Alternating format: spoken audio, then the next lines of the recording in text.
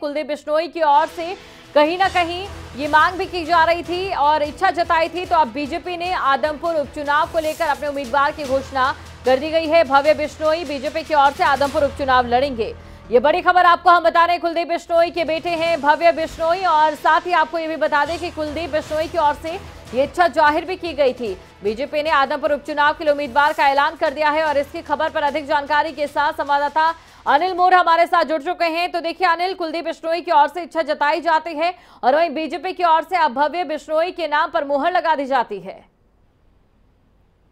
देखिए, बिल्कुल हम भी लगातार खबरें तक भी लगातार बता रहा था कि कुलदीप बिश्नोई भी चाहते हैं कि भव्य बिश्नोई को टिकट मिले। और हम भी लगातार बता रहे थे कि भव्य बिश्नोई के नाम को लेकर ज्यादा चर्चा हो, कहीं ना कहीं भव्य बिश्नोई उम्मीदवार हो सकते हैं। उस खबर पर मुहर भी लग चुकी है। बीजेपी आलाकमान की तरफ से जो टिकटों के अनाउंसमेंट है वो कर दी गई है। केंद्रीय चुनाव समिति की तरफ से भव्य बिश्नोई को आदमपुर उपचुनाव के लिए अपना उम्मीदवार बनाया गया है। क्योंकि देखिए, कुलदीप बिश्नोई ने भी बीजेपी आलाकमान से हरियाणा के मुख्यमंत्री, प्रदेश अध्यक्ष, प्रदेश प्रभारी के सामने बात रखी थी कि उनके बेटे को टिकट दिया जाए। और हमने जब कुलदीप बिश्नोई से बात की थी उसमें भी हमने कहा था कि भव्य बिश्नोई का नाम रखा गया और भव्य बिश्नोई पार्टी के संभावित उम्मीदवार हो सकते हैं। अब उस बात पर मुहर लग गई है बीजेपी आलाकमान की तरफ से। बीजेपी केंद्रीय चुनाव समिति ने भव्य बिश्नोई को टिकट दिया है। बीजेपी केंद्रीय चुनाव समिति की तरफ से फिलहाल 3 उपचुनावों के लिए उम्मीदवारों की अनाउंसमेंट की गई है। आदमपुर से भव्य बिश्नोई को टिकट दिया गया। तो तेलंगाना को लेकर भी बीजेपी ने राजगोपाल रेड्डी, वहां पर एक उपचुनाव होना है, उनको उम्मीदवार बनाया। तो यूपी में भी अमन गिरी को यहाँ पर उम्मीदवार बनाया गया। गोला गोरखनाथ वहां पर उपचुनाव हो रहा है। और हरियाणा के लिहाज से आदमपुर उपचुनाव काफी महत्वपूर्ण है और पार्टी की तरफ से भव्य बिश्नोई को यहाँ पर उम्मीदवार बनाया गया। अब देखना यह होगा कि कांग्रेस की तरफ से किसे टिकट दिया जाता है। क्योंकि देखिए, ये तय था कि टिकट भजनलाल परिवार में दिया जाएगा। पहले चर्चा कुलदीप बिश्नोई के नाम को लेकर थी, लेकिन कुलदीप ने भी साफ तौर पर कह दिया था कि उनकी इच्छा है कि वो अपने बेटे को चुनाव लड़े। और कहीं ना कहीं कुलदीप बिश्नोई ने अपने बेटे के लिए इस्तीफा दिया था, बीजेपी में आए थे। और अब बीजेपी ने भव्य बिश्नोई के नाम पर मुहर लगा दी है। भव्य बिश्नोई को अब बीजेपी की तरफ से अपना उम्मीदवार बना दिया गया है। तो बिल्कुल अनिल, और अब ऐसे में देखना होगा कि कितनी रोमांचक ये पूरी जंग हो जाती है। हालांकि कांग्रेस के उम्मीदवार का इंतजार जरूर रहेगा, लेकिन इस बीच आदमपुर उपचुनाव को लेकर मुकाबला कड़ा जरूर देखा जाएगा।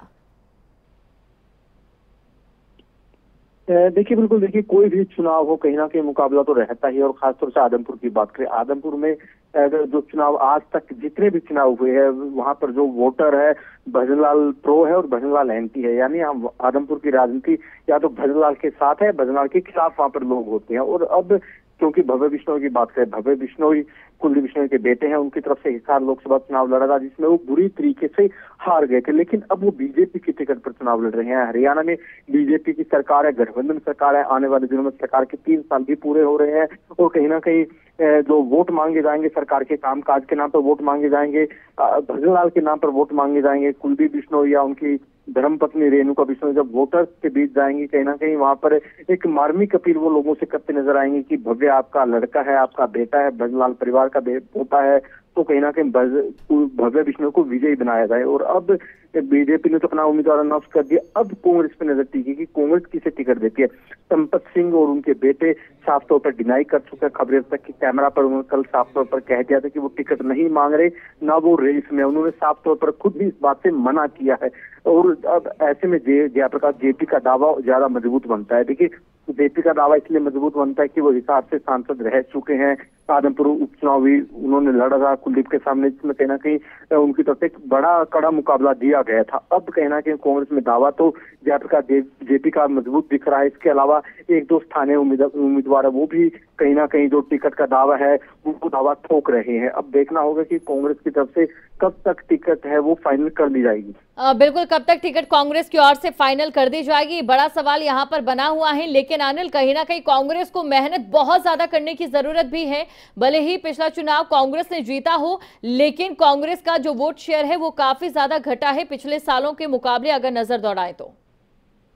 देखिए, भजनलाल में जब भजनलाल जब वहां से लड़ते रहे हैं या कुलदीप बिश्नोई लड़ते हैं, उन्होंने अपनी जीत का परचम आदमपुर में लहराया है और कहीं ना कहीं जो कांग्रेस के टिकट पर वो ज्यादातर लड़े हैं। लेकिन अब जो भजनलाल परिवार है, खासतौर से हम कुलदीप बिश्नोई की बात करें, अब कांग्रेस में नहीं है, कांग्रेस से वो जा चुके हैं और ऐसे में अब कांग्रेस के लिए वहां पर लड़ाई इतनी आसान नहीं रही है। क्योंकि देखिए, जब तक भजनलाल वहां से चुनाव लड़ते रहे या कुलदीप बिश्नोई वहां से चुनाव लड़ते रहे, तो कांग्रेस में कोई दूसरा उम्मीदवार पनप नहीं पाया। तो ऐसे में जो स्थानीय स्तर पर है, कांग्रेस में लीडरशिप की वहां पर कमी है। स्थानीय स्तर पर कांग्रेस में कोई ऐसा बड़ा चेहरा नहीं है जो सीधा सीधा भजनलाल परिवार को टक्कर दे सके।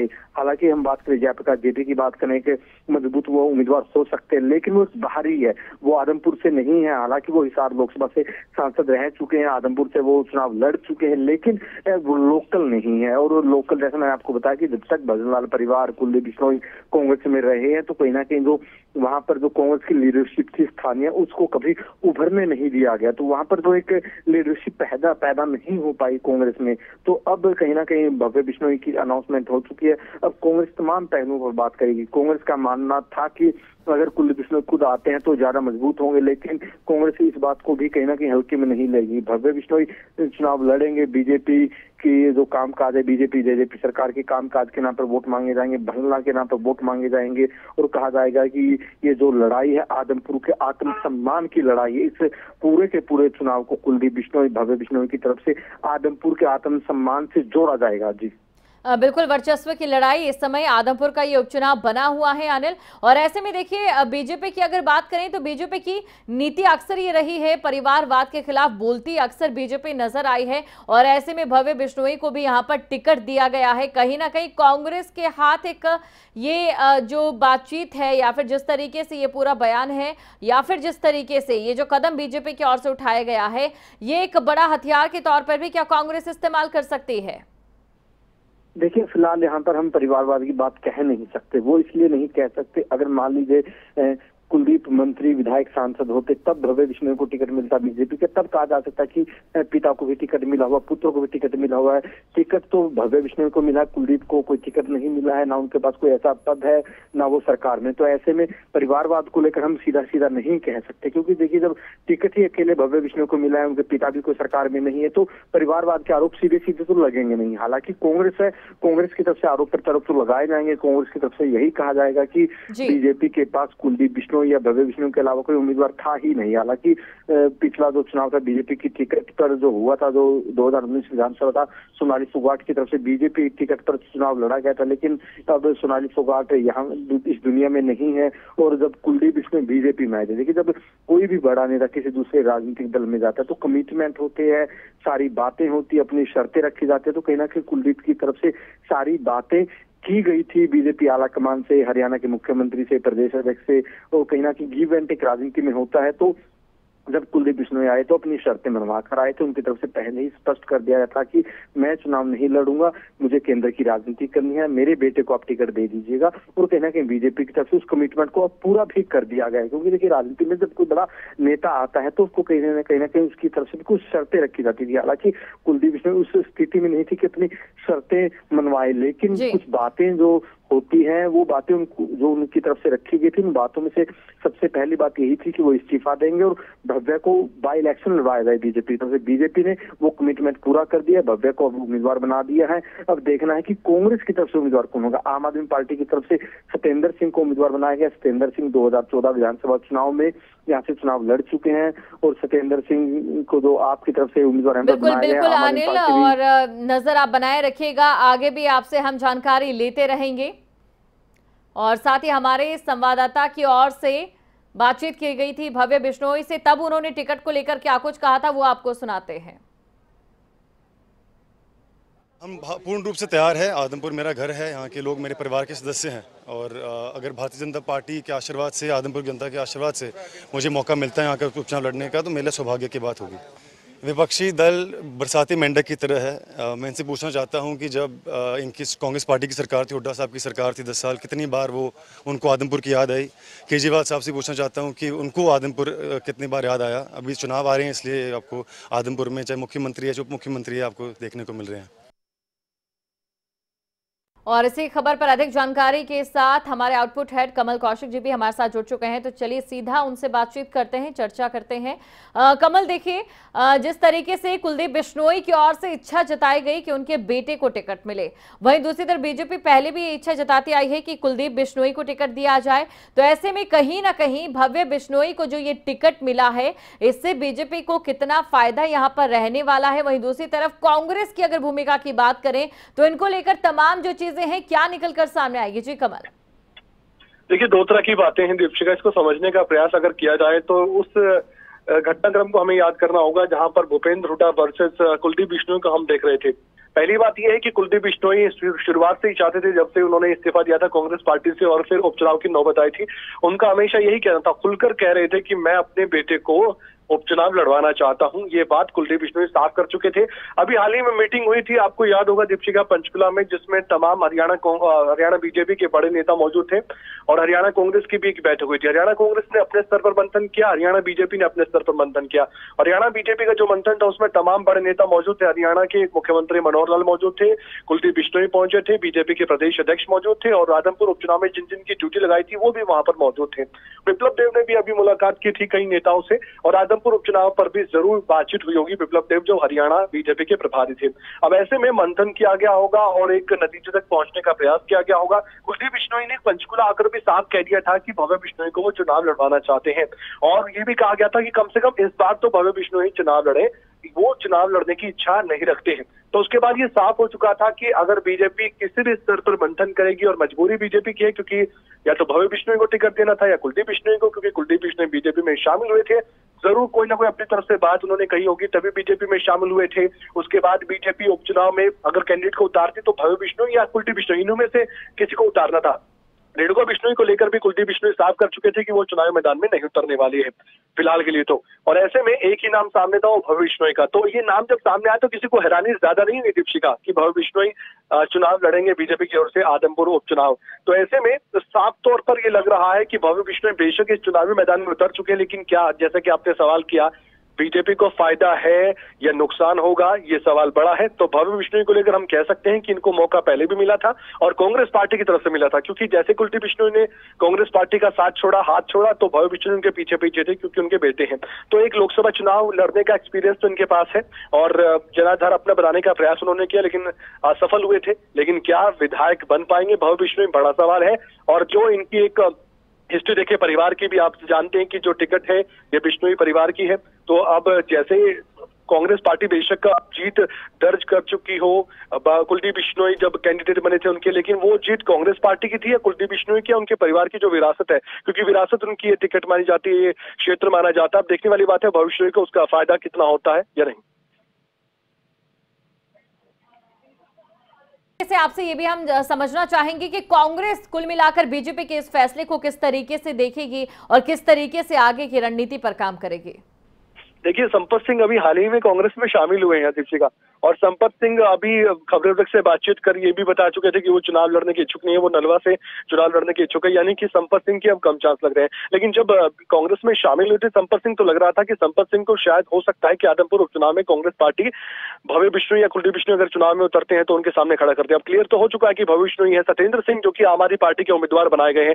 दो चीजें क्लियर हो चुकी हैं, आम आदमी पार्टी ने अपना कैंडिडेट घोषित कर दिया है, आम आदमी पार्टी की तरफ से सत्येंद्र सिंह, जो कि कभी कांग्रेस के सिंबल पर चुनाव लड़ चुके थे आदमपुर का भी, फिर वो बीजेपी में शामिल हुए और उसके बाद बीजेपी में शामिल हुए, फिर उन्होंने बीजेपी छोड़ी और फिर वो शामिल हो गए आम आदमी पार्टी में। तो सत्येंद्र सिंह वहां से अब चुनावी मैदान में, भव्य बिश्नोई बीजेपी की तरफ से। सवाल बड़ा कि अब कांग्रेस की तरफ से कौन होगा, कांग्रेस पार्टी का कैंडिडेट कौन होगा। मंथन बड़ा हो चुका है लेकिन सबसे लेट अब कांग्रेस पार्टी लग रही है और इनेलो की तरफ से भी अभी पत्ते नहीं खोले गए हैं। देखने वाली बात है अब किस तरीके से अब चुनावी मैदान में कांग्रेस पार्टी अपना कैंडिडेट खड़ा करती है, क्योंकि ये सीट अगर माना जाए तो कुलदीप बिश्नोई को तो ठीक थी, लेकिन ये कांग्रेस पार्टी के सिंबल पर लड़ी हुई सीट थी और उनकी खाते में सीट थी। अगर कांग्रेस पार्टी को यहाँ झटका लगता है तो बेशक उनके पास जवाब तो होगा कि ये बिश्नोई परिवार की टिकट थी, लेकिन अभी नहीं कह सकते कांग्रेस पार्टी के बड़े। बेशक कांग्रेस के पास जवाब रहेगा कि बिश्नोई परिवार की सीट थी, लेकिन कहीं ना कहीं कांग्रेस की ओर से ये भी लगातार कहा जा रहा है कि ये सीट तो दरअसल कांग्रेस की है।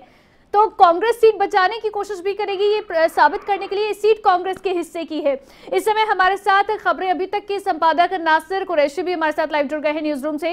नासिर, बड़ा ऐलान बीजेपी की ओर से कर दिया गया है। हालांकि कहीं ना कहीं अटकलें थी कि भव्य बिश्नोई को टिकट दी जा सकती है बीजेपी की ओर से, लेकिन अब वो ऑफिशियल तौर पर नाम के अनाउंसमेंट बीजेपी की ओर से कर दिया गया है। क्या लग रहा है, कितना असर पड़ेगा अब भव्य बिश्नोई के आदमपुर से उपचुनाव जब वो लड़ने जा रहे हैं आदमपुर के मैदान में, जब बीजेपी की ओर से भव्य बिश्नोई उतरेंगे तो किस तरह की पिक्चर नजर आएगी? अवंतिका, अगर बात की जाए तो मैं पहले ही एक दो लाइन में ये कह दूं कि भव्य बिश्नोई और कुलदीप बिश्नोई के चुनाव लड़ने का एक बहुत बड़ा अंतर होगा। कुलदीप बिश्नोई को अब और ज्यादा मेहनत करनी होगी आदमपुर से जीत हासिल करने के लिए अपने बेटे के लिए। जिस दिन कुलदीप बिश्नोई ने बीजेपी का दामन थामा था, उसी दिन से उनकी तरफ से यह बयान आया था कि वो चाहते हैं कि उनका बेटा चुनाव के मैदान में उतरे, और बार बार वो ये कहते रहे कि उनकी ख्वाहिश है कि भव्य को वहां से चुनाव के मैदान में उतारा जाए।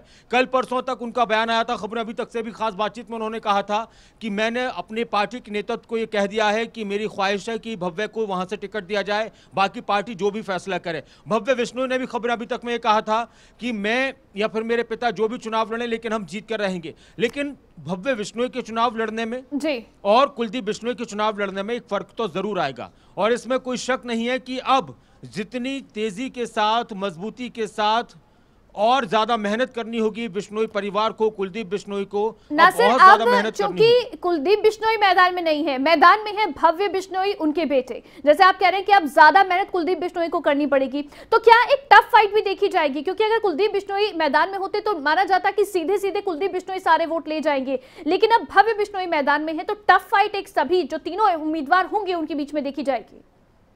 देखिए अवंतिका, लोकतंत्र में कई बार ऐसा होता है कि किसी नेता के शक्ल को, उसकी छवि को लेकर ये माना जाता है कि इनको तो कोई हरा नहीं सकता, लेकिन देश की जनता ने अलग अलग लोकसभाओं में या विधानसभाओं में ऐसे चौंकाने वाले कारनामे भी किए हैं कि कोई सोच भी नहीं सकता। और आप कुछ दिन पहले का पंजाब इलेक्शन उठाकर देख सकती हैं कि लोगों ने किसको नहीं हराया, जनता ने किसको नहीं हराया। पूर्व मुख्यमंत्री को हराया, मौजूदा मुख्यमंत्री को हराया, पार्टी के बड़े बड़े अध्यक्षों को हराया, सबको हरा दिया था। तो अगर कोई ये सोचे कि हमारी सीट है, हम जीत कर रहेंगे चाहे कुछ भी हो जाए, तो दावा राजनीतिक पार्टी के लोग करते हैं, लेकिन जनता के दिल में क्या है ये किसी को नहीं मालूम। दूसरी बात जो आप कह रहे हैं टफ फाइट, तो जाहिर सी बात है कि टफ फाइट देखने को मिलेगी। और सबसे अहम बात यहां पर यह कि अब कांग्रेस का प्रत्याशी कौन होगा। आम आदमी पार्टी का सबको मालूम है कि उन्होंने भी अपने उम्मीदवार के नाम का ऐलान कर दिया है। कांग्रेस की तरफ से जयप्रकाश के नाम का जिक्र किया जा रहा था, लेकिन कहीं ना कहीं उनकी तरफ से ये बातें आई हैं कि वो चुनाव लड़ना नहीं चाहते। संपत सिंह के नाम पर चर्चा चल रही थी, लेकिन संपत सिंह ने मना कर दिया। कल खबरें अभी तक से खास बातचीत में उन्होंने कहा था कि वो चुनाव के मैदान में नहीं उतरना चाहते, न उनके बेटे उतरेंगे। इसके अलावा प्रदीप बेनीवाल हैं जो वहां के स्थानीय हैं और उनके नाम पर भी चर्चा है। एक चर्चा पहले ये भी चल रही थी, और कल की जो मीटिंग की अगर बात की जाए, कांग्रेस की मीटिंग थी, तो वहां पर भी इस बात पर चर्चा हुई कि क्या चंद्रमोहन बिश्नोई को चुनाव के मैदान में उतारा जा सकता है। अब इसमें दो चीजें थी कि अगर अब इसमें मुझे जो लगता है कि अब चंद्रमोहन बिश्नोई अगर ख्वाहिश रखते भी होंगे तो अब वो बिल्कुल मना कर देंगे, क्योंकि वो नहीं चाहेंगे कि अपने, जहां तक लगता है राजनीति में कई बार ऐसा भी होता है कि कुछ चीज़ों को लोग ध्यान भी रखते हैं और कुछ चीज़ें बिल्कुल राजनीति में इतनी होती है कि कोई सोच भी नहीं सकता। तो भतीजे के सामने वो चुनाव नहीं लड़ना चाहेंगे शायद, अगर उनके दिल में था भी। और अगर कुलदीप बिश्नोई होते तो शायद इस पर चर्चा चल रही होती कि क्या चंद्रमोहन बिश्नोई को भी टिकट मिल सकता है। अब सबसे अहम बात यहां पर यह है कि कांग्रेस की तरफ से प्रत्याशी कौन होगा, और कांग्रेस का जो भी प्रत्याशी होगा इस बात पर भी कोशिश चल रही है कि कोई ऐसा चेहरा लाया जाए, क्योंकि राजनीति में आपको मालूम है कि जात पात भी देखा जाता है। तो जाट चेहरे की तरफ कांग्रेस की कोशिश है कि कोई जाट चेहरा यहां से मैदान में उतारा जाए, क्योंकि जाटों की जो वोटों की संख्या है वो यहां पर बहुत ज्यादा है। तो इस तरह से भी एक रणनीति बनाने की कोशिश होगी। लेकिन इसमें कोई शक नहीं है कि भव्य बिश्नोई को अब और ज्यादा मेहनत करनी होगी, क्योंकि वो आदमपुर से, क्योंकि ये जो वोट बैंक है वो बिश्नोई समाज का वोट बैंक माना जाता है, और ऐसे में बिश्नोई समाज को साधने की कोशिश भी कांग्रेस की ओर से की जाएगी। अगर प्रदीप बेनीवाल का नाम सामने चल रहा है अभी, तो उसके पीछे कहीं ना कहीं वजह यही नजर आती है क्योंकि वो पूर्व प्रधान भी रहे हैं हिसार में बिश्नोई समाज के, और ऐसे में उनके जो पिता हैं वो भी दरअसल यहाँ पर बिश्नोई समाज को आगे लेकर चलते रहे हैं। तो बिश्नोई समाज को साधने की क्या कोशिश करेगी कांग्रेस पार्टी, क्योंकि लग रहा है कि कुछ इसी तरह की रणनीति पर काम करने वाली है? देखिए ऐसा होता है कई बार कि एक समाज के दो लोग हैं, अब उसमें तो वोटों का बंटवारा हो सकता है, और जब पब्लिक में एक मैसेज चला जाता है कि भाई अब ये चुनाव हो रहा है, जो राजनीति हो रही है ये जात पात के आधार पर हो रही है, तो फिर ये भी देखा जाता है कि और जो दूसरे समाज है उनके वोटों की संख्या कितनी है। मान लीजिए विश्नोई समाज की तरफ से उनको टिकट दे दिया जाता है, प्रदीप बेनीवाल को दे दिया जाता है, तो वो अपने समाज के कुछ वोट ले लेंगे, लेकिन उनकी पकड़ दूसरे समाजों में कितनी है, दूसरे जो बिरादरियां हैं, जाते हैं, उनमें कितनी है, जाट समुदाय में कितने, तो ये भी मायने रखेगा। क्योंकि फिर अगर इस तरह की बातें आती हैं तो कोई दूसरा जो कैंडिडेट है, मान लीजिए इनेलो की तरफ से पर इस तरह से कोई दाव खेला जाए, क्योंकि चुनाव में ऐसा नहीं है कि कोई पार्टी अगर पीछे है तो वो जीत नहीं सकती, जनता के मूड पर होता है। जनता कई बार ऐसे लोगों को जिता देती है कि कोई कल्पना नहीं कर सकता। पंजाब के इलेक्शन में हमने देखा, जब दिल्ली में इलेक्शन हुआ था शुरुआत में, तो ऐसे ऐसे लोग जीत कर आए थे जिनका कोई राजनीतिक करियर नहीं था। तो बहुत सारी चीजें हैं, लेकिन हाँ, इस चुनाव में अब सबसे ज्यादा जो कोशिश होगी वो जो समीकरण देखे जाएंगे जाति के हिसाब से, वो बहुत महत्वपूर्ण रखेंगे। लेकिन मैं आखिर जो शुरुआत में एक बात कही थी अवंतिका की, कुलदीप बिश्नोई का चुनाव में न होना, अब और ज्यादा मेहनत करनी पड़ेगी कुलदीप बिश्नोई को भी और बीजेपी को भी उनको चुनाव जिताने में। क्योंकि गुड़ा भाग जाहिर तौर पर सभी पार्टियों की ओर से लगाए गए हैं और लगाए जा रहे हैं, जिन्होंने अभी तक, जैसे कांग्रेस जिसने अभी तक ऐलान नहीं किया है। तीनों पार्टी के अगर हम कैंडिडेट देखें, आम आदमी पार्टी की तरफ से सत्येंद्र सिंह है, बीजेपी की ओर से भव्य बिश्नोई है, हालांकि कांग्रेस की ओर से अभी अनाउंस होना बाकी है, लेकिन कौन सा पलड़ा भारी इस समय होता नजर आ रहा है? देखिए, अभी की अगर बात की जाए तो कुलदीप बिश्नोई यहां से लगातार जीतते रहे हैं, उनका परिवार यहां से लगातार जीतता रहा है। आदमपुर की अगर जब भी हम बात करते हैं राजनीतिक लिहाज से, तो जहन में भजन लाल, उनके परिवार का नाम आता है, कुलदीप बिश्नोई का नाम आता है। तो अगर ऐसे देखा जाए अभी तक की स्थिति में, तो कहीं ना कहीं क्योंकि वो मौजूदा विधायक थे, लोगों के साथ उनके किस तरह के रिश्ते हैं वो बार बार उसका जिक्र करते हैं, तो पलड़े की अगर बात की जाए थोड़ा सा ऊपर नजर आता ही है कुलदीप बिश्नोई का। लेकिन जब चुनाव के मैदान में किस किस पार्टी के कैंडिडेट कौन होंगे और जनता में फिर उसको लेकर किस तरह की चर्चाएं चलती हैं, अवंतिका, राजनीति में एक दिन के अंदर पूरे समीकरण बदल जाते हैं। किसी एक नेता की किसी बयान से, जरा सी गलती से ना लोगों का जहन बदल जाता है। लोग उस टाइम पर जो हवा चलती है एक दो दिन पहले, उससे पूरे समीकरण बदलते हैं। तो ये नहीं कहा जा सकता कि जीतेगा कौन, लेकिन आप पलड़ा भारी क्या आप कर रहे हैं, तो कहीं ना कहीं कुलदीप बिश्नोई का भी लगता है। जब भव्य बिश्नोई जाएंगे चुनावी मैदान में, तो आपको क्या लग रहा है कि सिर्फ कुलदीप बिश्नोई के बेटे के तौर पर जाएंगे, या फिर भव्य बिश्नोई का अपना एक मजबूत वो कैंडिडेट नजर आते हैं अगर इंडिपेंडेंट तौर पर उन्हें देखें तो? देखिए, अगर अभी तक की बात की जाए तो वो हिसार से चुनाव हारे थे, लोकसभा का चुनाव हारे थे, करीब 30,000 वोटों के करीब वो हारे थे। और आपने जो कहा कि वो किस तरह से चुनाव के मैदान में जाएंगे, तो सीधी सी बात है कि वो भजनलाल के पोते हैं और कुलदीप बिश्नोई के बेटे हैं। अभी सबसे बड़ा उनके साथ ये चीज़ जुड़ी हुई है, उनका खुद का बहुत ज़्यादा वहाँ पर ऐसा राजनीतिक करियर नहीं रहा है कि वो वहां से एक चुनाव हारे हैं।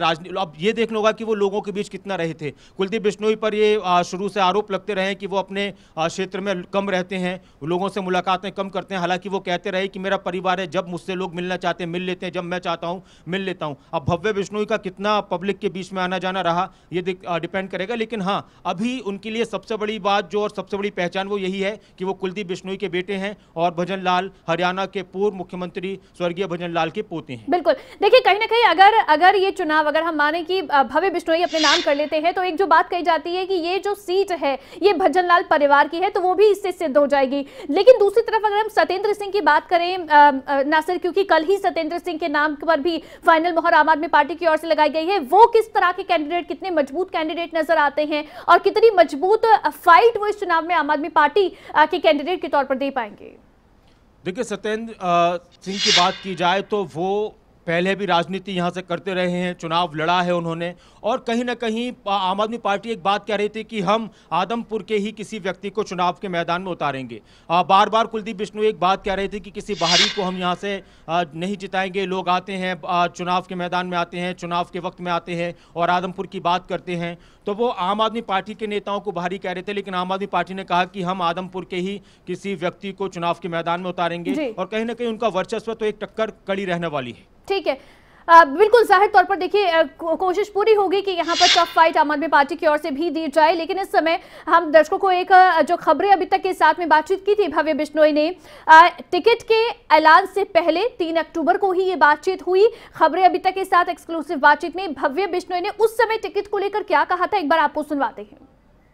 हम पूर्ण रूप से तैयार हैं। आदमपुर मेरा घर है, यहाँ के लोग मेरे परिवार के सदस्य हैं और अगर भारतीय जनता पार्टी के आशीर्वाद से, आदमपुर जनता के आशीर्वाद से मुझे मौका मिलता है यहाँ का उपचुनाव लड़ने का, तो मेरे लिए सौभाग्य की बात होगी। विपक्षी दल बरसाती मेंढक की तरह है। मैं इनसे पूछना चाहता हूं कि जब इनकी कांग्रेस पार्टी की सरकार थी, हुड्डा साहब की सरकार थी 10 साल, कितनी बार वो उनको आदमपुर की याद आई। केजरीवाल साहब से पूछना चाहता हूं कि उनको आदमपुर कितनी बार याद आया। अभी चुनाव आ रहे हैं, इसलिए आपको आदमपुर में चाहे मुख्यमंत्री है, उप मुख्यमंत्री है, आपको देखने को मिल रहे हैं। तो भव्य बिश्नोई को आपने सुना, जब खबरें अभी तक से उन्होंने एक्सक्लूसिव बातचीत की थी। 3 अक्टूबर का ये उनका बयान, उन्होंने कहा था कि अगर हमें मौका मिलता है आदमपुर से चुनाव लड़ने का तो ये उनके लिए सौभाग्य की बात होगी। और ये बड़ी खबर आपको बता दें, भव्य बिश्नोई बीजेपी की ओर से आदमपुर उपचुनाव अब लड़ने वाले हैं। बीजेपी की ओर से ये मोहर लगा दी गई है। कुलदीप बिश्नोई के बेटे हैं भव्य बिश्नोई, बिजनलाल के पोते हैं भव्य बिश्नोई। और इसके साथ ही साथ अब देखिए, बीजेपी ने आदमपुर उपचुनाव के लिए उम्मीदवार का ऐलान कर दिया है। हालांकि शुरुआत से ही अटकलें थी कि भव्य बिश्नोई को टिकट मिल सकती है। जब कुलदीप बिश्नोई कांग्रेस छोड़कर बीजेपी में शामिल भी हुए थे, तब भी प्रेस कॉन्फ्रेंस कर कुलदीप बिश्नोई की ओर से कहा गया था कि दरअसल वो चाहेंगे कि उनके बेटे भव्य बिश्नोई को टिकट दी जाए। नासिर जी हमारे साथ इस समय बने हुए हैं। नासिर, कहीं ना कहीं देखिए, कुलदीप बिश्नोई ने जब बीजेपी ज्वाइन की और उस समय जो भी बातचीत हुई होगी पार्टी के साथ, क्योंकि कुछ ना कुछ टर्म्स एंड कंडीशंस पर पार्टी ज्वाइन करते हैं नेता, तो कुलदीप बिश्नोई ने जो टर्म्स एंड कंडीशन रखे, तो माना जा रहा है कि वही अब साबित भी हो रहा है। इस समय हमारे साथ राज्यसभा सांसद कृष्णलाल पवार फोन लाइन पर हैं। स्वागत है आपका कृष्णलाल पवार जी, खबरें अभी तक पर। Thank you. भव्य बिश्नोई को उतारे आदमपुर से, तो इसके लिए मैं भारतीय जनता पार्टी नेतृत्व का और प्रदेश अध्यक्ष माननीय मुख्यमंत्री और संगठन का बहुत धन्यवाद करता हूं कि जो युवा पीढ़ी देश का उज्जवल भविष्य है, भव्य बिश्नोई को जो आदमपुर उपचुनाव से जो प्रत्याशी उतारा है, इसके लिए मैं उनका स्वागत करता हूं। और आदमपुर विधानसभा के सभी मतदाता भव्य बिश्नोई को बहुत भारी बहुमत से जिताएंगे। और पार्टी संगठन ने मुझे भी वहाँ पर सह प्रभारी की जिम्मेदारी सौंपी है। हम निश्चित तौर पर वहाँ पर सभी कार्यकर्ता मिलकर, पवार साहब, बड़ी जिम्मेदारी आपके कंधों पर है आदमपुर उपचुनाव को लेकर, तो ऐसे में क्या लग रहा है, कितनी आसानी होगी भव्य बिश्नोई को यहाँ से जिताने में, या फिर थोड़ी मेहनत पार्टी को ज्यादा करनी पड़ेगी? बिल्कुल नहीं। भारतीय जनता पार्टी पूरे देश में 18 करोड़ कार्यकर्ता है और हरियाणा प्रदेश में हर बूथ स्तर तक हमारा पार्टी का गठन है। तो हमारी पार्टी के कार्यकर्ता सक्षम है, तो निश्चित तौर पर सभी कार्यकर्ता हम मिलकर के बहुत मजबूती से और बहुत मार्जिन से इस चुनाव को हम जीतेंगे जी। लेकिन पवार साहब, जब कुलदीप बिश्नोई ने पार्टी ज्वाइन की थी, बीजेपी में आए थे, उस समय ये टर्म्स एंड कंडीशंस रखी थी, उसी के बेस पर आप भव्य बिश्नोई को टिकट दी है या फिर उनके अपने बेस पर दी गई है? प्रजातंत्र में हर व्यक्ति को चुनाव लड़ने का, अपनी बात कहने का अधिकार है। तो कुलदीप बिश्नोई पहले रहे, उनकी माता भी रही है और उनके दादाश्री का बहुत लंबा 12-13 साल हरियाणा प्रदेश के मुख्यमंत्री रहे हैं और 54 साल तक लगातार इस विधानसभा पर इस परिवार का सेवा करने का अवसर जनता ने मिलता रहा है। तो इसलिए तो भव्य बिश्नोई भी उसी परिवार से उनका बच्चा है, तो निश्चित तौर से जनता की उनके प्रति हमदर्दी है और यहाँ से विधायक बनाकर विधानसभा में भेजेंगे। ठीक है, हमारे साथ इस समय खबरें अभी तक के संपादक नासिर कुरैशी भी लाइव बने हुए हैं, वो भी आपसे कुछ सवाल करना चाहते हैं। पवार साहब नमस्कार। कृष्णलाल पवार जी नमस्ते। नमस्ते। कैसे हैं आप? पवार जी, चेहरे बहुत मायने रखते हैं राजनीति में। ये माना कि भव्य बिश्नोई भजनलाल परिवार से ही हैं, लेकिन कुलदीप बिश्नोई का चुनाव के मैदान में प्रत्याशी के रूप में न होना, कहीं ऐसा नहीं लगता कि आदमपुर के लोगों के लिए थोड़ा सा अब ये समझ पाना कि हम इनके साथ जाएं या फिर और कोई दूसरा प्रत्याशी आ जाए, एक मुश्किल आ सकती है भव्य बिश्नोई के चेहरे की वजह से? इसके लिए आदमपुर विधानसभा के जो मतदाता बहुत समझदार हैं। सबसे पहले लगातार उन्होंने चौधरी भजनलाल को सेवा करने का मौका दिया। उसके बाद सुंदर जो कुलदीप बिश्नोई की माता श्री को भी यहाँ से, जो उस टाइम परिस्थितियां बहुत विपरीत थी, उस टाइम यहाँ से उनको चुनकर विधायक बनाया। उसके बाद कुलदीप बिश्नोई को भी यहाँ से विधायक बनाया। अब निश्चित तौर से भव्य बिश्नोई को भी यहाँ से विधायक बनाकर भेजे। एक और सवाल है कि आम आदमी पार्टी भी बहुत मजबूती से ताल ठोक रही है यहाँ पर आदमपुर में, और दूसरी तरफ सोनाली फोगाट का मर्डर केस भी ये चुनाव में कहीं ना कहीं छाया रहेगा।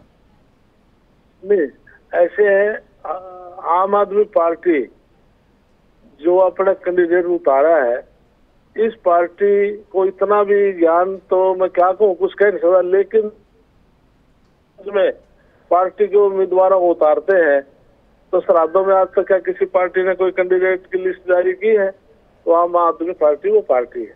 तो इसलिए आम आदमी पार्टी का कोई असर नहीं, ना वहाँ पर किसी कांग्रेस का असर है। 100% भारतीय जनता पार्टी का जो उम्मीदवार जो युवक उतारे हैं भव्य बिश्नोई, निश्चित तौर से जीतेगा। बहुत बहुत शुक्रिया कृष्णलाल पंवार जी खबर अभी तक के साथ जुड़ने के लिए।